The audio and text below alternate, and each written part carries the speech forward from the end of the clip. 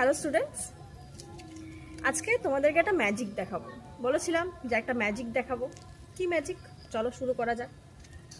সব কিছু রেডি করে এনেছি, দেখতে পাচ্ছ আমার কাছে একটা কাচের গ্লাস রয়েছে এবং গ্লাসে পুরো পরিষ্কার জল, একদম পরিষ্কার দেখতে পাচ্ছ। এইবারে গ্লাসের মধ্যে আমি কি দিলাম দিলাম কিছুটা হলুদ। গুলে দিই ভালো করে।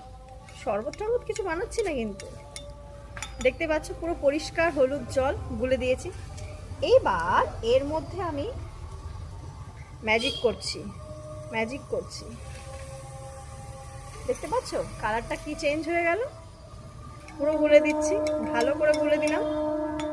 এটা কিন্তু আর হলুদ রং নেই, এর রংটা পুরোপুরি লাল হয়ে গেছে।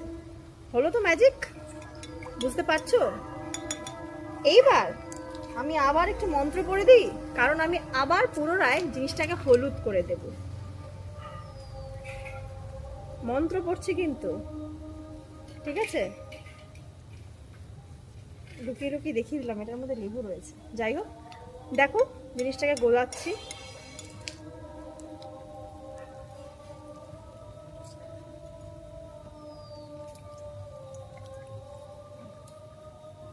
কালারটা চেঞ্জ হচ্ছে আস্তে আস্তে, বুঝতে পারছো? কালারটা আস্তে আস্তে চেঞ্জ হচ্ছে।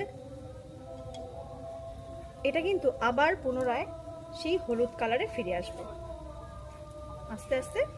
এটা কিন্তু আবার পুনরায় হলুদ কালারে ধীরে ধীরে, দেখতে পাচ্ছ কালার চেঞ্জ। তো এটা কিন্তু এক রকমের ম্যাজিক তো হলো, কিন্তু এটা কিন্তু এর পেছনে রয়েছে একটা বিজ্ঞান।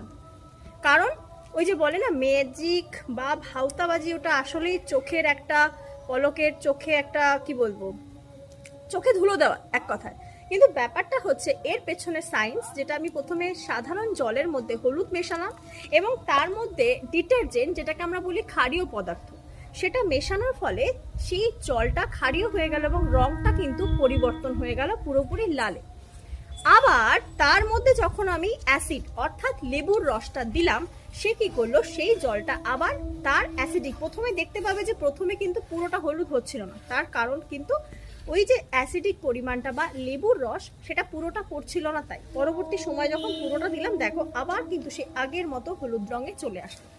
তো এইরকমই কিছু বিজ্ঞানের ছোট্ট ছোট্ট ট্রিক্স এবং এর পেছনে সায়েন্স নিয়ে তোমাদের সাথে আমি আবার হাজির হব। কেমন লাগলো ম্যাজিকটা অবশ্যই কিন্তু জানাতে ভুলো না, আর অবশ্যই তোমরা কিন্তু চোখ রাখতে ভুলো না ক্লাসে। দেখা হচ্ছে আবার কোনো একটা ক্লাসে।